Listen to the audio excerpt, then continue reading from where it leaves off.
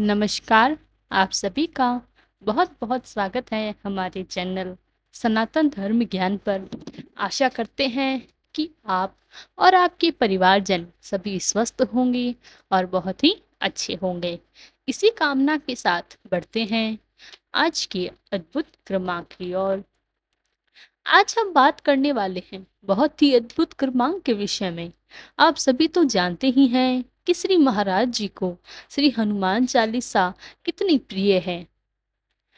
जिस प्रकार से श्री हनुमान चालीसा का पाठ महाराज जी के समक्ष करते हैं, तो उससे हमें बहुत सारे लाभ जानते हैं कि श्री हनुमान चालीसा को पढ़ने की कोई सही विधि है, जिसका अनुसरण हम सबको करना चाहिए। अगर यह हम छोड़ रहे हैं, श्री हनुमान चालीसा का सही पाठ कर रही हैं और अपने जीवन में नियम लाभ अर्जित करें, तो उसके लिए आपको हनुमान चालीसा को सही प्रकार से पढ़ने की विधि ज्ञात होनी चाहिए। यह विधि क्या है? क्योंकि आप सभी जानते हैं कि श्री हनुमान चालीसा अपने आप में एक संपूर्ण पाठ है, जिससे आप अपने जीवन में बहुत लंबे समय की लाभ अर्जित कर सकती हैं। देखिए, कई लोग हनुमान चालीसा नियमित पढ़ते हैं, कई लोग मंगलवार या शनिवार को हनुमान चालीसा पढ़ते हैं, लेकिन बहुत कम लोग यह जानते हैं कि हनुमान चालीसा को पढ़ने का सही प्रकार भी है, सही माध्यम भी है। अब बढ़ते हैं वो नियमों की ओर, जो नियम आपको अनुसारित करने हैं। पहले नियम की हम बात करते हैं। अब देखिए, हनुमान चालीसा का पाठ करने से पहले कई लोग उनका और श्री राम का आह्वान करके पाठ नहीं करते। आपसे आशय है कि जब आप पाठ करने वाले हैं, उससे पहले अपने इष्ट देवता को इस प्रकार से याद किया कीजिए। तो इस प्रकार से हनुमान चालीसा का पाठ करने से पहले प्रभु श्री राम का आह्वान कीजिए। आह्वान किसी भी प्रकार से आप कर सकती हैं। आप प्रभु श्री राम का नाम ले सकते हैं, छोटी सी प्रार्थना कर सकते हैं, और यह सब कुछ आपको अपने वाक्य और अपने शब्दों में ही करना चाहिए। पाठ करने से पहले आपको राम नाम का थोड़ा जाप भी जरूर करना चाहिए। अब दूसरा नियम क्या है? देखिए, दूसरा नियम यह है कि श्री हनुमान चालीसा को पढ़ने का वैसे तो कोई नियम या कोई समय नहीं है। हनुमान चालीसा का पाठ कभी भी किया जा सकता है, लेकिन श्री हनुमान चालीसा का पाठ करने के लिए निर्धारित समय कीजिए। आपको कई लोग जब उनका मन करता है उसका पाठ करते हैं, जब मन करता है तब पाठ नहीं करते। यह गलती कई लोग करते हैं। अब देखिए, आप आपका यही रहेगा कि अभी आप अपने राह पर हैं, कोई समय नहीं है, फिर आप कर रही हैं।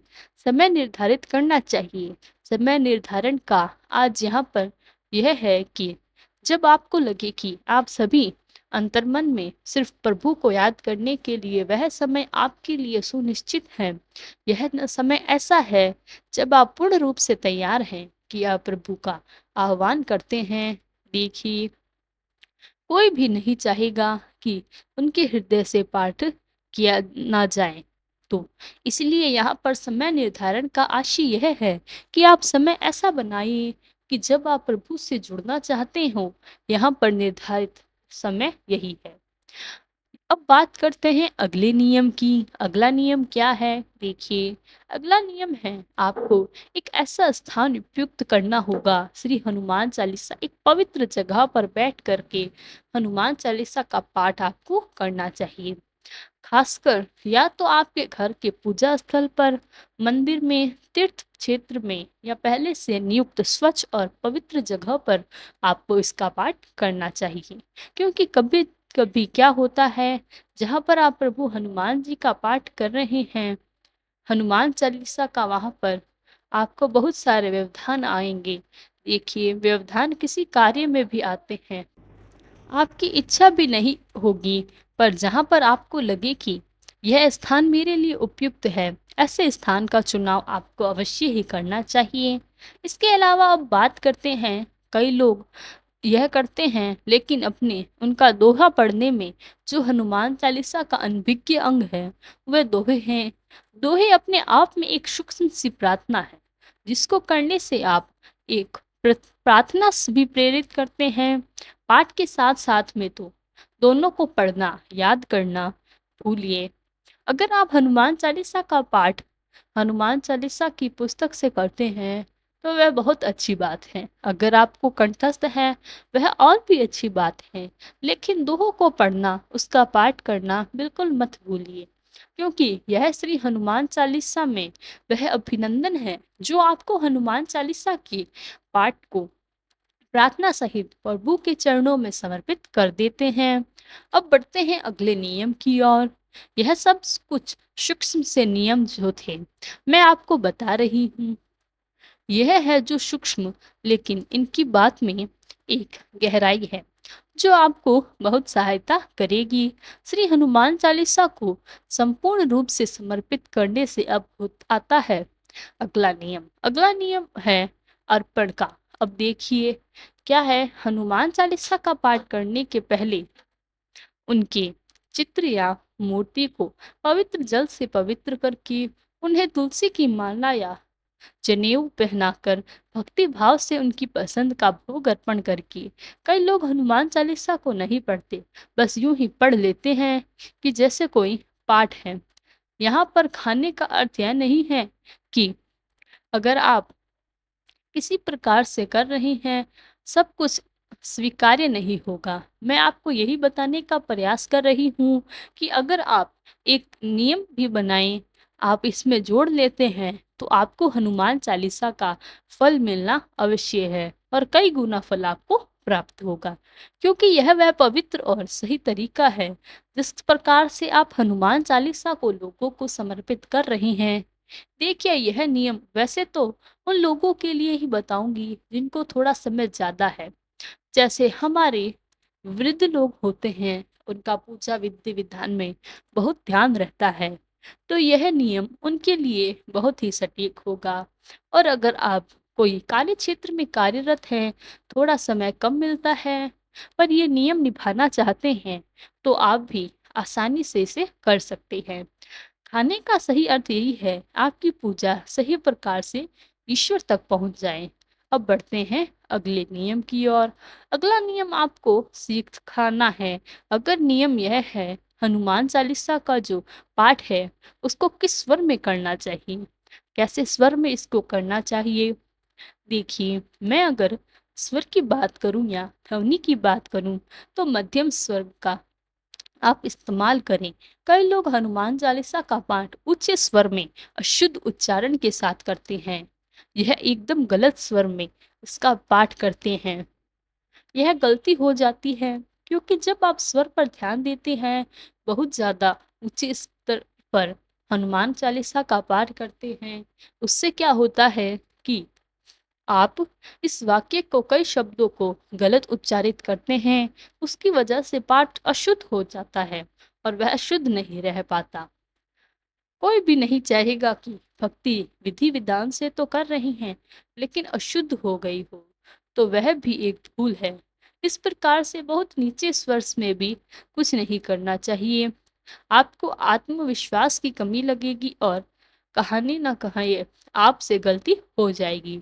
तो पूर्ण रूप से एकाग्रचित होकर पूरे मनोयोग में बैठकर आप प्रभु का ध्यान करें। श्री हनुमान चालीसा का पाठ मध्यम स्वर में करें, बहुत ऊंचा नहीं और बहुत ही नीचे स्वर में भी इसका पाठ ना करें, क्योंकि इनसे उच्चारण में गलतियां होने की आशंका रहती है। तो क्या होगा कि आप एकाग्रचित मन से यह सब करेंगे, तो एकाग्रचित होगा आपका चित्त, बहुत शांत हो जाएगा और आपकी प्रार्थना प्रभु तक बहुत आसानी से पहुंच जाएगी। तो यह भी एक तरीका है जिससे आप अपने श्री हनुमान चालीसा के पाठ को शुद्ध कर सकते हैं। अब अगला नियम जो बहुत ही महत्वपूर्ण है, अगला नियम है कि पवित्रता का, जो कि आपको बहुत बहुत ध्यान रखना है।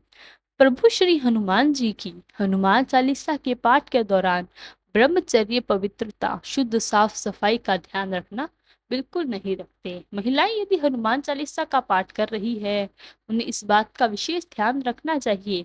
इस प्रकार से उन मुश्किल दिनों में इस पाठ को करने से बचें। और मैं यही कहना चाहूंगी कि इस दौरान आप मुश्किल दिनों के दौरान आप श्री हनुमान चालीसा का पाठ मन में अंतर्मन से करें, वो ज़्यादा अच्छा है।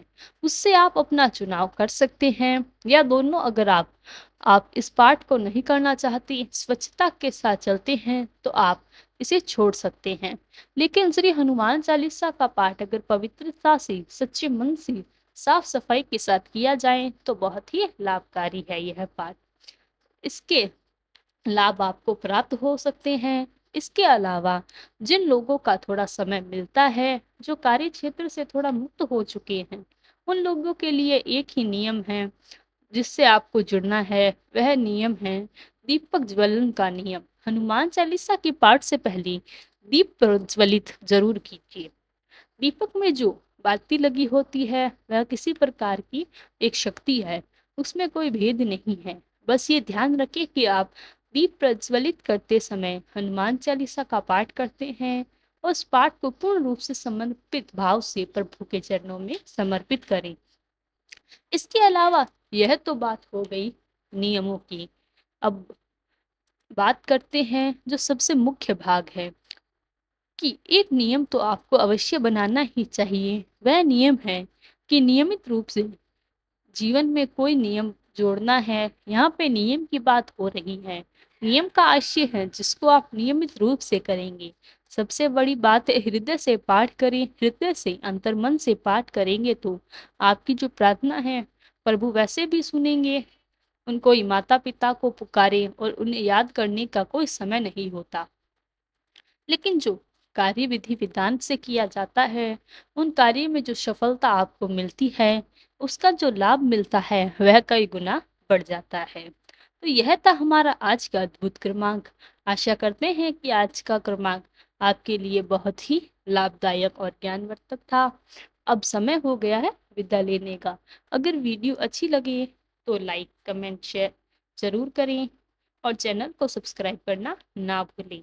साथ ही साथ अगर आपका कोई प्रश्न है तो हमें कमेंट जरूर करें। तब तक के लिए धन्यवाद। जय गुरुदेव।